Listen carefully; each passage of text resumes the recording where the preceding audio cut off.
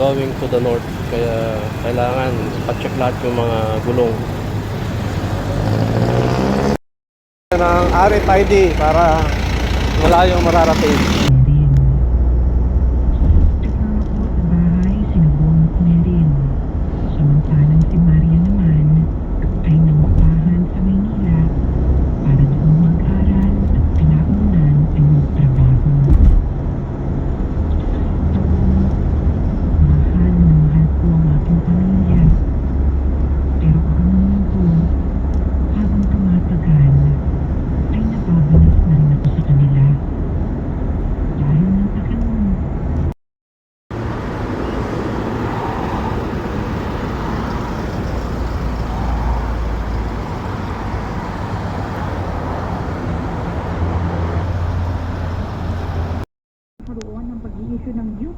Bagay lang na totoo, magalang-galang, iyon silang bigyan ng katalinuhan at ang bagong mga malikhaing ideya sa kanilang paggawa ng kanilang mga likha.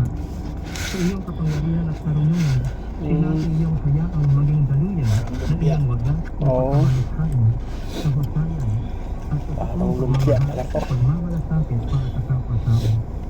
Sa aming mga artista sa kinilatang sabi, sa aming mga mang-aawit at musikero, at mga mag-aaliw sa media, hiniling namin na bigyan na sila ng panitain at pagsisikap na sila aming bayan.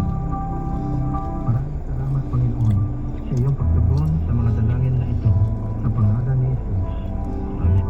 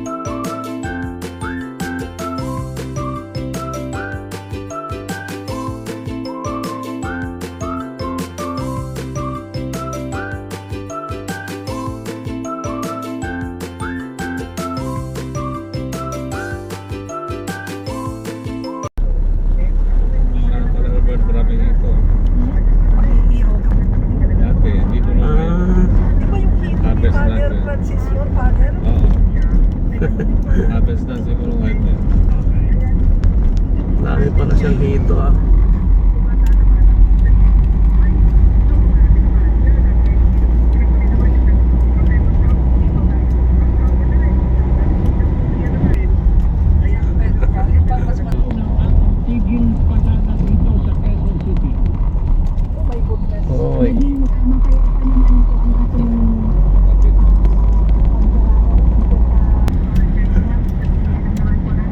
Nagawa nilang bilaran ng kalsada May project Talaga naka-design siguro yan. Para sa project. Kasi dati dito talaga Dito talaga sa daanan. Daanan talaga Ito pala tandaan na Pangasinan na Saan na ba tayo? Kumusta naman ang ating... Di ba nagubad na? Ay, hindi. Nagubad mo malayo pa. Basta na bugali yun Mga tarem. Ay, mga tarem. At wala naman po tayong Mga tarem. Mga tarem. Maliban dun sa Ano ibig sabihin ng mga tarem mo? Bayan yan.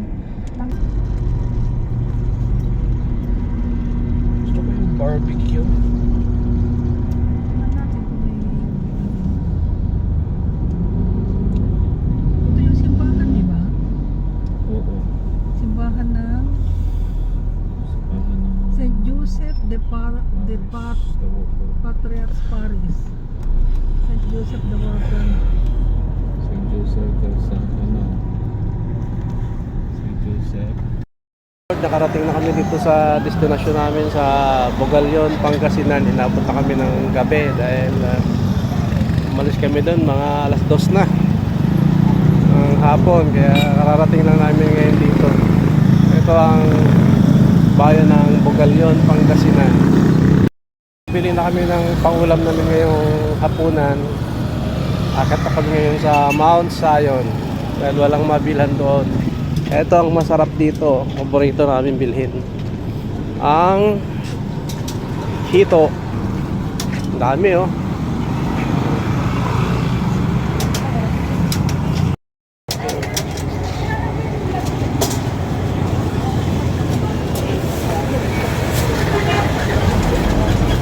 Ito sa atin, ma'am. Ito.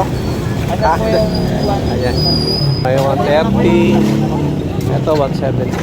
Ayan, may inihaw na bangus pa tsaka tilapia. Chicken inihaw. Ito.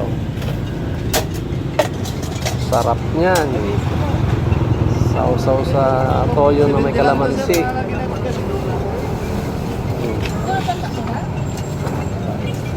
Busog na naman kami ito mamaya.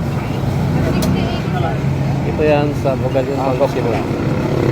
Yun.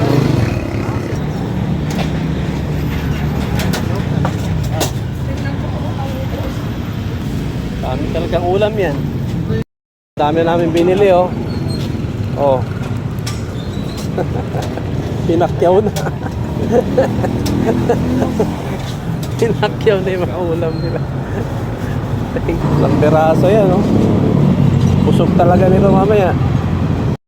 Meron pa oh. Meron pang biniling iba oh. Let's go. Akit na tayo sa bundok. Akit na tayo sa Mount Zion. Thank you Lord. Nakarating na kami dito sa Mount Zion. 7:15 na oras ngayon. May namin nga pagkain ngayon oh. Hapunan namin yan. Binuhat ko na yung ulo ng malaking hito oh. Ito na. Atak. Ate oh.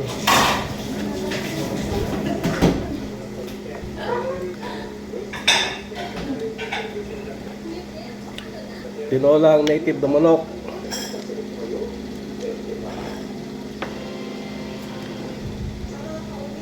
Sarap ng sabaw. Nakulangan sa sabaw eh oh.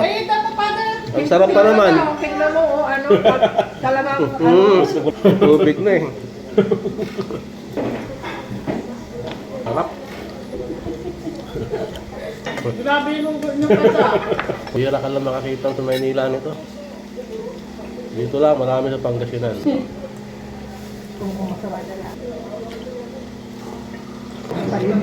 Parang kakainin siguro natin yung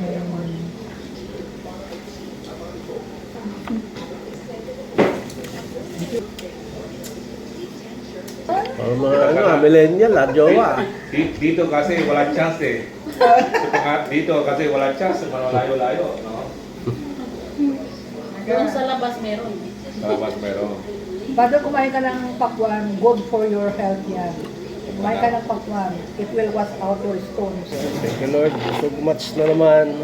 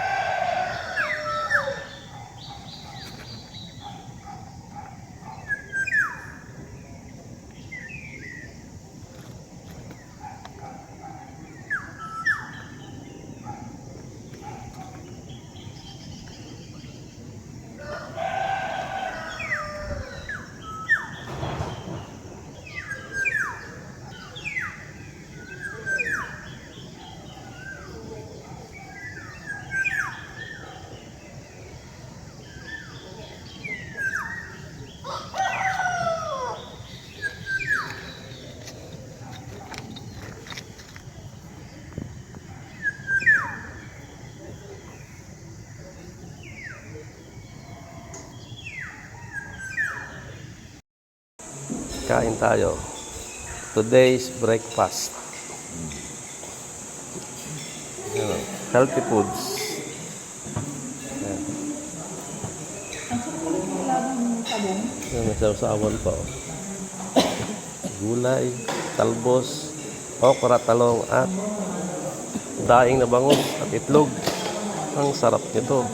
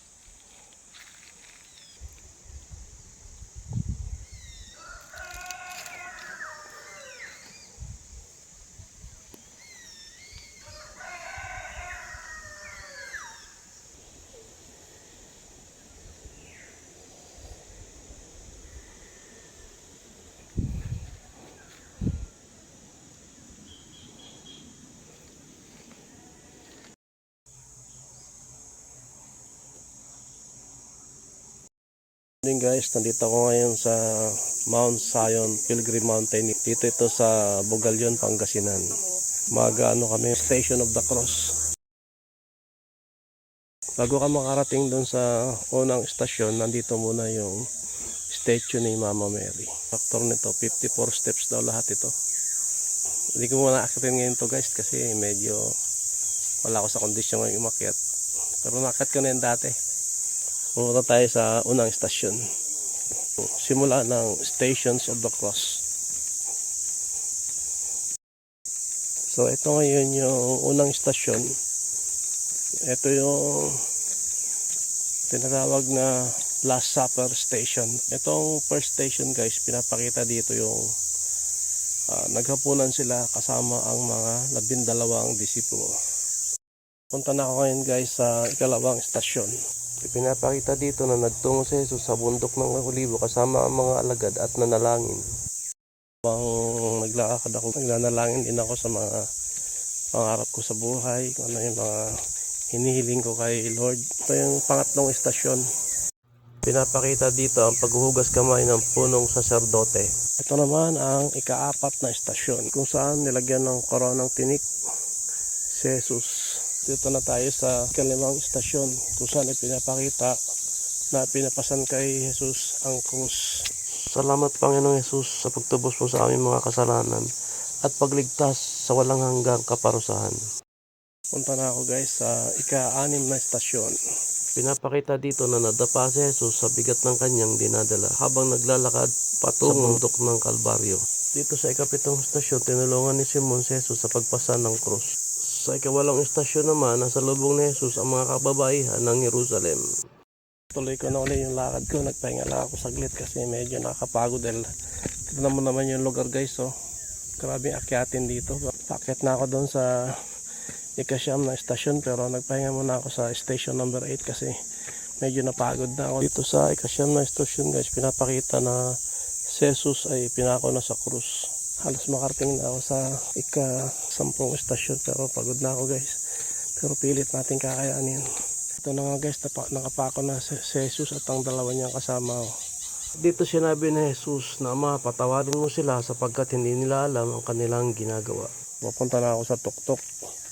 Saan ang pinakamataas na lugar ng Station of the Cross. Ito guys, yung pang-11 istasyon. Kung saan pinuntahan siya ng kanyang inang si Maria at ni Juan.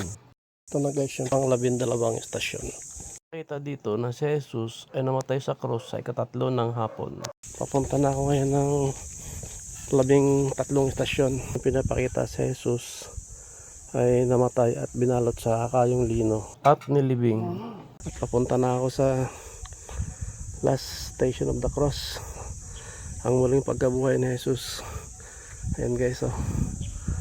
Akit na ako dun. So dito papakita ko muna sa iyo yung mga paligid ng Mount Zion na yan, oh. Ito na.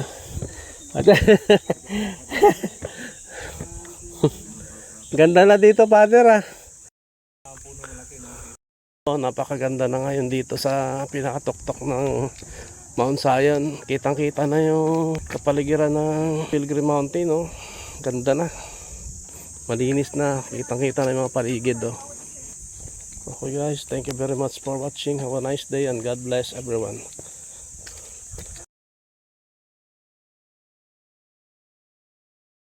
Bye-bye Mount Zion.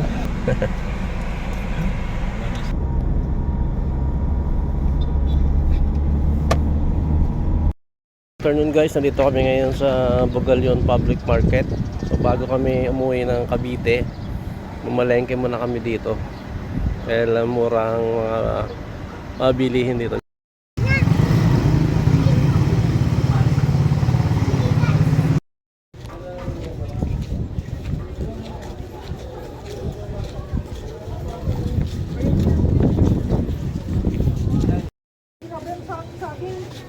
Saging native, madam.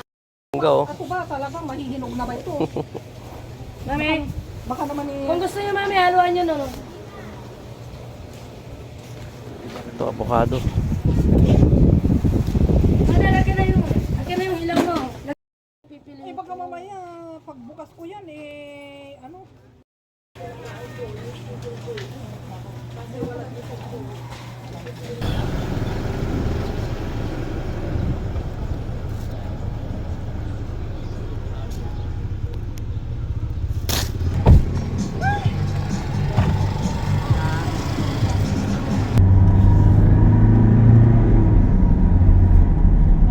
Malaki eh.